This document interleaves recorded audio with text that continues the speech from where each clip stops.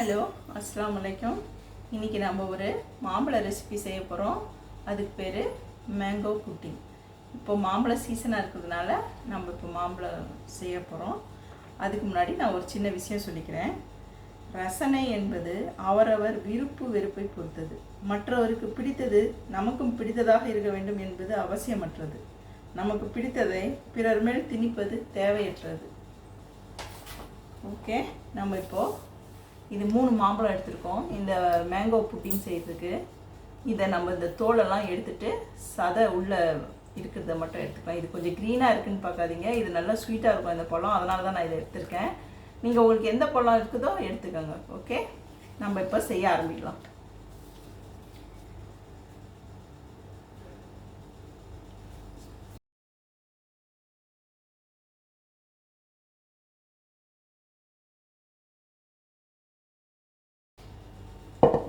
இப்போது இதில் இப்படி வெட்டி போட்டுக்கலாம்.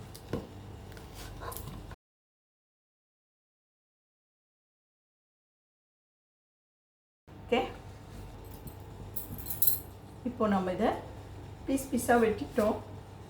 இதை வந்து மிக்சியில் போட்டுக்கலாம். ஓகே,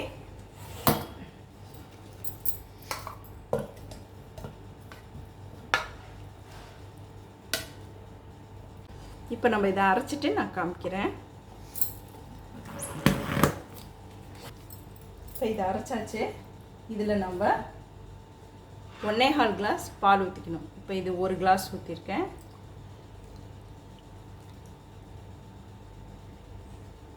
இப்போ இதை நான் அரைச்சிட்டு நான் அப்புறம் காமிக்கிறேன். இப்போ பாலை ஊற்றி அரைச்சிக்கிட்டோம். இப்போ இதில் 1/2 கப்பு சுகர் போடுறோம். இதையும் சேர்த்து அரைச்சிக்கலாம். இப்போது நம்ம இது அந்த மாம்பழம் பால் 1 கிளாஸு, அப்புறமா 1/2 கப்பு சுகர் போட்டு இதை நம்ம அரைச்சிருக்கோம். அதை இதில் ஊற்றிக்கலாம். நம்ம இதுக்கு 1 கிளாஸ் பால் ஊற்றிருந்தோம், இதுக்கு 1.25 கிளாஸ் பால் ஊற்றணும். நம்ம இப்போ இதை மீதி 1/4 கிளாஸ் பாலை இதில் ஊற்றி ஒரு மிக்சியில் ஒரு அடி அடிச்சுக்கலாம். அப்போ இதெல்லாம் க்ளீன் ஆகிடும், அதுக்காக. ஓகே, இதை நல்லா கிண்டி விட்டுக்கலாம்.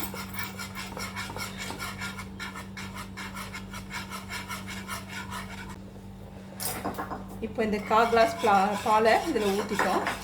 இதை நல்லா கிண்டிக்கணும்.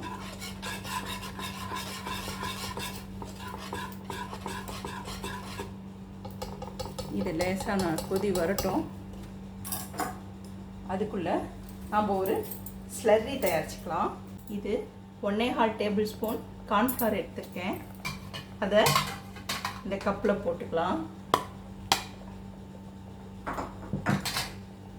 இந்த 1/4 கிளாஸ் பால் இருக்குங்களே, மீதி வச்சோமே, அந்த பாலை இதில் போட்டு சேர்த்துக்கலாம். இப்போது இந்த ஸ்லர்ரியை இதில் ஊற்றிக்கலாம்.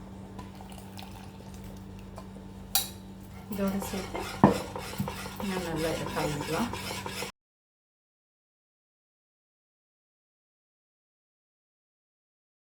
சிம்மில் வச்சு அப்புறமா இந்த மாதிரி செய்யுங்க.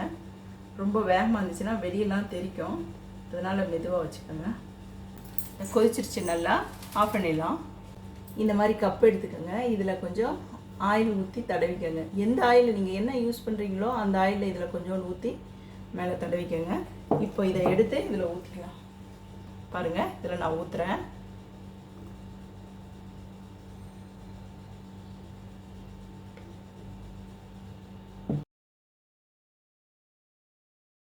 நான் இப்போ இதை ரெஃப்ரிஜிரேட்டரில் வைக்க போகிறேன். 2 மணி நேரம் சென்று பார்க்கலாம். அதாவது மேலே ஃப்ரீசரில் வைக்கக்கூடாது, கீழே வைக்கணும். அது 2 மணி நேரம் சென்றுட்டு நான் உங்களுக்கு எப்படி இருக்குது அப்படின்னு சொல்லிட்டு எடுத்து காட்டுறேன். ஓகே, நம்மளோட டேஸ்டியான மேங்கோ புட்டிங் ரெடி ஆகிடுச்சு.